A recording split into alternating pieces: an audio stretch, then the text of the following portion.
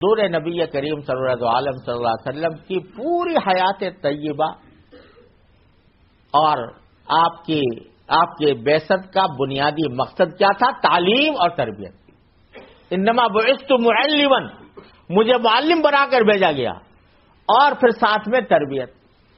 تو تعلیم کی طرف توجہ اور تربیت کی طرف توجہ یہ ایک مسلمان کا بنیادی فریضہ ہے، اپنی بھی اپنی اولاد کی بھی، کیونکہ جس طرح انسان اپنا ذمہ دار ہے، اپنے قول و عمل کا ذمہ دار ہے، اپنی اولاد کا بھی اسی طرح ذمہ دار ہے۔ یا ایھا الذین آمنوا قوا انفسکم واہلیکم نارا، قرآن کریم میں فرمایا اے ایمان والو، اپنے آپ کو بھی جہنم کی آگ سے بچاؤ، اپنے گھر والوں کو بھی جہنم کی آگ سے بچاؤ۔ تو انسان صرف اپنے ہی حد تک مکلف نہیں ہے، بلکہ اپنی اولاد کی ذمہ داری بھی اس کے اوپر عائد ہوتی ہے۔ اور قرآن کریم میں فرمایا کنتم خیر امت اخرجت للناس، ایک مسلمان صرف اپنے لیے پیدا نہیں ہوتا، وہ دوسروں کے لیے پیدا ہوتا ہے، جس میں سب سے پہلا حصہ جو ہے اپنی اولاد کا ہے، اپنی اولاد کی تربیت کا ہے۔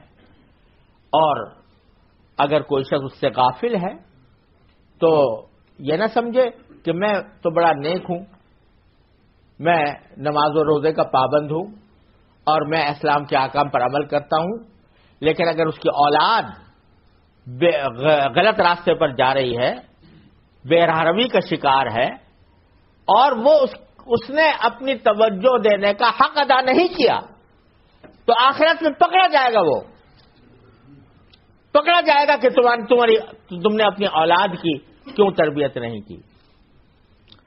ایسے ہمارے ہاں مثالیں موجود ہیں کہ آدمی ہے اور نماز میں صف اول کا پابند ہے، روزے رکھتا ہے، زکوٰۃ دیتا ہے، حج کرتا ہے، عمرے کرتا ہے، اسلامی اخلاق بھی فی الجملہ موجود ہیں، لیکن اس نے اولاد کو چھوڑا ہوا بے مہار، اس کو نہ تربیت کی طرف توجہ ہے، نہ اس کے کردار کی درستی کی طرف توجہ ہے، اور بے مہار چھوڑا ہوا ہے۔ ایک ایسے ہی صاحب تھے کہ مجھ سے انہوں نے اپنے بیٹے کا تعارف کرایا، اور تعارف کراتے ہوئے یہ کہا کہ دیکھو یہ میرا بیٹا ہے، اس نے بڑی ٹاپ کیا ہے اپنے یونیورسٹی کے اندر، اور اس کا بڑی دھوم ہے طلباء میں اور لوگوں میں، بڑی شہرت، اچھی شہرت ہے۔ تو یہ بڑا ہمیں یعنی فخر کے انداز میں بیان کیا، لیکن ساتھ میں کہا کہ یہ سب کچھ ہے مگر کچھ تھوڑا سا بے دین ہو گیا ہے، تھوڑا سا بے دین ہو گیا ہے۔ اس طرح کہا جیسے یہ کوئی معمولی بات ہے بے دین ہو جانا، اور جو اصل مقاصد تھے وہ حاصل ہو گئے ہیں، اعوذ باللہ من ذالک۔ تو میں نے کہا اس کی مثال ایسی ہے کہ جیسے حکیم صاحب کسی مریض کا علاج کر رہے تھے، تو وہ علاج کرتے رہے یہاں تک کہ اس کا بیچارے کا انتقال ہو گیا۔ تو حکیم صاحب کو بلا کے دکھایا کہ بھئی دیکھو اس کو کیا پوزیشن، تو اس نے کہا اور تو سب کام ٹھیک ہے، اس کا جسم بھی ٹھیک ہے، اس کا دل، اس کا جو آنکھیں بھی صحیح ہے، ہاتھ بھی صحیح ہے، سب، بس ذرا روح نکل گئی ہے۔ تو اسی طرح انہوں نے ذکر کیا کہ جیسے یہ اور تو ساری باتیں اعلیٰ درجے کی حاصل ہو گئی، یہ کوئی بے دین ہو گیا ہے معمولی۔ اللہ بچائے، یہ جو ذہنیت ہے یہ اللہ تعالی ہمیں آپ کو اس سے محفوظ رکھے۔ تو اس لیے اولاد کی تربیت، ان کو صحیح علم پہنچانا، ان کی صحیح تربیت کرنا، علم صرف پڑھانا نہیں ہے، سکھانا۔ اور مجھے یہ بڑے درد سے میں کہتا ہوں کہ یہاں تک کہ ہمارے مدارس میں بھی، دینی مدارس میں بھی دین پڑھایا تو جاتا ہے، سکھایا نہیں جاتا۔ پڑھانا اور چیز ہے اور سکھانا اور چیز ہے۔ پڑھایا جاتا ہے لیکن سکھانے کی بڑی کمی ہے، کیونکہ دین جو ہے وہ صرف ایک چیز کا نام نہیں ہے کہ بس نماز پڑھ لی اور روزہ رکھ لیا، عبادات کے تک موجود ہے۔ دین تو پوری زندگی کو شامل ہے، اس میں معاملات بھی ہے، اس میں معاشرت بھی ہے، اس میں اخلاق بھی ہے. یہ ساری کی ساری دین کے شعبے ہیں. ہم نے بعض اوقات دین کو محدود کر لیا ہے چند ظاہری عبادتوں میں. الحمدللہ وہ بھی ایک نعمت ہے، بہت بڑی نعمت ہے، لیکن ساتھ ساتھ دین جو ہے وہ کہتا ہے یا ایھا الذین آمنوا ادخلوا فی السلم کافہ، پورے کے پورے اسلام میں داخل ہو. یہ نہیں کہ تمہاری عبادتیں تو اسلام میں داخل ہیں، لیکن جو معاملات کرتے ہو، بازار کے اندر جاتے ہو، خرید و فروخت کرتے ہو، اس میں تمہیں دین کی پرواہ نہیں ہے. یا معاشرت میں ایک دوسرے کے ساتھ رہنے میں کس طرح ہم ایک دوسرے کے ساتھ رہیں اور کن اخلاق کا مظاہرہ کریں، کس طرز عمل کا مظاہرہ کریں، اللہ تبارک و تعالیٰ نے سب چیزیں کھول کھول کر بیان فرمائی ہے. نبی کریم صلی اللہ علیہ وسلم نے کھول کھول کر بیان فرمائی ہے. المسلم من سلم المسلمون من لسانہ و یدہ، مسلمان وہ ہے جس کے ہاتھ اور زبان سے دوسرے محفوظ رہیں.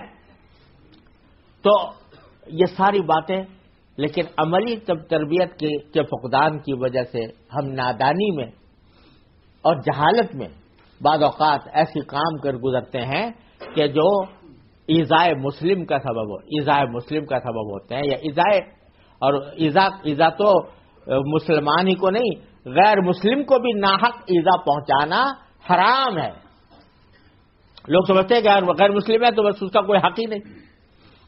اللہ تبارک و تعالیٰ نے، اللہ کے دین نے غیر مسلم کا بھی حق رکھا ہے، اور اس کو ایذا پہنچانا، ناحق ایذا پہنچانا، ناحق تکلیف پہنچانا، یہ بھی حرام ہے. حضور اقدس نبی کریم صلی اللہ علیہ وسلم نے اپنے عمل سے یہ بات بالکل علم نشرح فرما دی کہ کسی غیر مسلم کے ساتھ کوئی معاملہ ہو، کوئی برتاؤ ہو تو وہ خیر کا برتاؤ ہو، جس سے اخلاق کا برتاؤ ہو، حسن کردار کا برتاؤ ہو. پڑوسی ہے تو اس پڑوسی کا حق ادا کرو، اس کے چاہے وہ تمہارے دین سے باہر ہو، لیکن اپنے عمل سے، اپنے کردار سے اس کو اپنے دین کی طرف مائل کرو، اور اس کے ساتھ حسن اخلاق کے ساتھ پیش آؤ، حسن کردار کے ساتھ پیش آؤ. کوئی کسی سے وعدہ کر لیا ہے تو اس کو وعدے کو پورا کرو، کوئی معاہدہ کر لیا ہے تو معاہدے کو پورا کرو. حضرت حذیفہ بن یمان رضی اللہ تعالیٰ عنہ مشہور صحابی ہیں. یہ جب مسلمان ہوئے اپنے قبیلے میں تو حضور اقدس صلی اللہ علیہ وسلم کی زیارت کے لیے روانہ ہوئے، یہ باپ بیٹے دونوں. اس وقت ابو جہل جو ہے وہ حضور اقدس صلی اللہ علیہ وسلم پر حملہ کرنے کے لیے بدر میں جو لڑائی ہوئی تو اس کے لیے لشکر لے کے جا رہا تھا. راستے میں حضرت حذیفہ بن یمان رضی اللہ تعالیٰ عنہ مل گئے، پوچھے کہاں جا رہے ہو؟ انہوں نے کہا وہاں مدینہ منورہ کا. انہوں نے ذکر کیا حضور اقدس صلی اللہ علیہ وسلم سے. انہوں نے کہا ہم تمہیں نہیں جانے دیں گے، اس لیے کہ تم اگر جاؤ گے تو ہماری ان سے جنگ ہے، اور اس جنگ کے اندر تم ان کے ساتھ حصہ لو گے ہمارے خلاف، اس لیے ہم تمہیں جانے نہیں دیتے. انہوں نے کہا بھائی ہم تو حضور اقدس صلی اللہ علیہ وسلم کی زیارت کے لیے جا رہے ہیں، ہمارے کوئی لڑائی وڑائی مقصود نہیں ہے. کہا کہ اچھا یہ عہد کرو کہ وہاں جاؤ گے تو ان کے ساتھ جنگ میں حصہ نہیں لو گے، ورنہ ہم چھوڑیں گے نہیں. انہوں نے عہد کر لیا کہ بھائی جائیں گے لیکن جنگ میں حصہ نہیں لیں گے، اور پہنچ گیا حضور اقدس صلی اللہ علیہ وسلم. اب وہ غزوہ ہونے والا تھا غزوہ بدر، جس کو قرآن کریم نے یوم الفرقان فرمایا، حق و باطل کا وہ معرکہ کہ جس کے اندر جو بندہ شامل ہو گیا وہ اس بدریین میں شامل ہو گیا. اس کے نام لے کر، اس کا نواسطہ دے کر دعائیں مانگی جاتی ہیں تو اللہ تعالیٰ قبول فرماتے ہیں. اور ان بدریین میں شامل ہو جانا عظیم سعادت تھی. حضرت حذیفہ نے بھی چاہا کہ ہم بھی اس میں سعادت میں حصہ دار ہو جائیں، آپ کے ساتھ اس میں شریک ہو جائیں.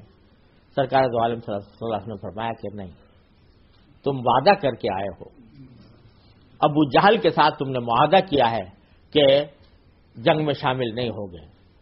تو جب معاہدہ کر لیا، دشمن ہے ابو جہل جو خون کا پیاسا ہے، لشکر لے کر آ رہا ہے، حملہ آور ہے، لیکن سرکار دو عالم صلی اللہ علیہ وسلم نے فرمایا کہ اس سے تم نے معاہدہ کر لیا ہے تو اب اس عہد کی خلاف ورزی یہ مسلمان کا کام نہیں. شامل نہیں ہونے دیا، غزوہ بدر میں شامل نہیں ہونے دیا، اس عظیم سعادت میں حصہ دار ہونے نہیں دیا. کیوں؟ اس لیے کہ معاہدے کی خلاف ورزی. تو آج ہم لوگوں نے جو دین کو بدنام کر رکھا ہے اس میں ایک بہت بڑا دخل یہ ہے کہ غیر مسلموں کے سامنے ہم اپنا جو کردار پیش کرتے ہیں وہ کردار بجائے اس کے کہ اسلام کی طرف لوگوں کو مائل کرے، اس کے اندر کشش پیدا کرے، لوگوں کے لیے نفرت کا سبب بنتا ہے. لوگوں کے لیے کہ اگر ایسے یہ دین ہمیں ان کو یہ سکھاتا ہے تو پھر ہم اس دین کے پاس بھی نہیں جانا چاہیے. حضرات صحابہ کرام نے اپنے عمل سے، زبان سے کم اور عمل سے زیادہ تبلیغ اور دعوت فرمائی. ہم لوگ جو مسلمان یہاں اس وقت بیٹھے ہیں، بر صغیر کے مسلمان، سب سے پہلے اسلام جو آیا وہ مالابار کے علاقوں میں آیا جو آج کل کیرالہ کہلاتا ہے. اور وہاں کوئی تبلیغی جماعت نہیں گئی تھی، کوئی جہاد نہیں ہوا تھا، بلکہ کچھ تاجر گئے تھے تجارت کی غرض سے.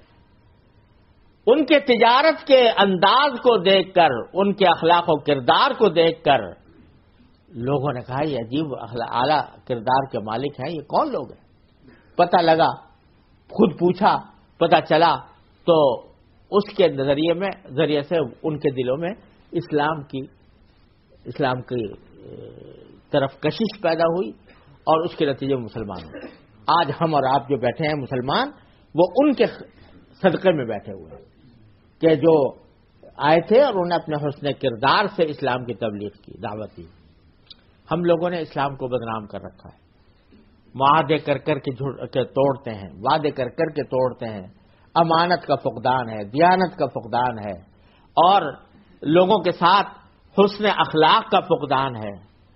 ان چیزوں نے ہمیں بدنام کر دیا ہے اور اس کے نتیجے میں دین بدنام ہو رہا ہے. تو بھائیو، یہ میں بات اپنے آپ کو پہلے مخاطب کر کے کہہ رہا ہوں کہ اللہ تبارک و تعالیٰ اپنے فضل و کرم سے ہمیں توفیق دے کہ خود تعلیم اور تربیت جو سرکار دو عالم صلی اللہ علیہ وسلم کا بنیادی مقصد بعثت تھا اس کو اپنائیں. اپنی تعلیم بھی درست کریں، اپنی اولاد کی تعلیم بھی درست کریں. اور الحمدللہ اب یہاں آپ کے یہاں برطانیہ میں ایسے ادارے بڑی تعداد میں قائم ہو گئے ہیں کہ جس میں الحمدللہ دینی مدارس بھی ہیں، اسلامی اسکول بھی ہیں، اور ان کا مقصد یہی ہے کہ اس میں بچے دین کو سیکھیں، یعنی علاوہ اعلیٰ اپنی تعلیم حاصل کرنے کے دین کو بھی سیکھیں اور ان کی زندگی کے اوپر وہ دین کے اثرات مرتب ہوں. تو اس کے لیے ضروری ہے کہ ہر مسلمان خود اپنے طور پر اپنے بچوں کو ایسے تعلیمی اداروں کے اندر داخل کرے. اور ساتھ میں دوسری بات جو بہت ہی اہم ہے وہ یہ کہ تعلیمی ادارہ اپنی جگہ، لیکن گھر کا ماحول اس کا بڑا کردار ہوتا ہے بچے کی تعلیم و تربیت میں. اگر وہ پڑھ کر تو یہ آیا ہے کہ قرآن نے کہا کہ جھوٹ بولنا حرام ہے اور غیبت کرنا حرام ہے، لیکن گھر میں جب آتا ہے تو ماں باپ کو دیکھتا ہے کہ جھوٹ بھی بولتے ہیں اور ماں باپ کو دیکھتا ہے کہ غیبت بھی کرتے ہیں، تو بتائیے وہ بچہ کیا اثر لے گا. اور اگر وہاں پڑھ کر آیا ہے کہ بھائی جو ہے اپنے کسی دوسرے کے اوپر بہتان باندھنا اور الزام لگانا اور بے تحقیق باتیں کرنا، یہ سرکار دو عالم صلی اللہ علیہ وسلم نے منع فرمایا ہے، اور اپنے گھر میں آ کر دیکھتا ہے کہ بہتان بھی باندھے جا رہے ہیں، الزامات بھی لگائے جا رہے ہیں، بے تحقیق باتیں بھی کی جا رہی ہیں، تو اس کا کیا اثر ہوگا. لہذا تعلیم و تربیت میں گھریلو ماحول کا بہت بڑا دخل ہے. ماں کی گود اور باپ کی سرپرستی یہ پہلی درسگاہ ہوتی ہے بچے کی. تو اس کے لیے کوشش کرنی چاہیے، اس کی اہمیت دل میں پیدا کر کے اس بات کی کوشش کرنی چاہیے کہ اللہ تبارک و تعالی نے ہم پر جو ذمہ داری ڈالی ہے، اپنے اولاد کی ذمہ داری ڈالی ہے، وہ اس ذمہ داری سے بطریق احسن عہدہ برا ہو سکیں. اللہ تبارک و تعالیٰ کی بارگاہ میں اگر جب سوال ہوگا کہ تم نے اپنی اولاد کے لیے کیا کیا تھا، تو ہم کم از کم یہ کہنے کی پوزیشن میں ہوں کہ اپنی سی کوشش کر لی تھی. باقی انسان کا کام یہی ہے کہ اپنی سی کوشش کرے اور نتائج کو اللہ تبارک و تعالیٰ کے حوالے کرے. اللہ تبارک و تعالیٰ اس میں برکت ڈالنے والے ہیں. اللہ تعالیٰ اپنے فضل و کرم سے اپنی رحمت سے ہم سب کو اس کی توفیق عطا فرمائے. وآخر دعوانا الحمدللہ.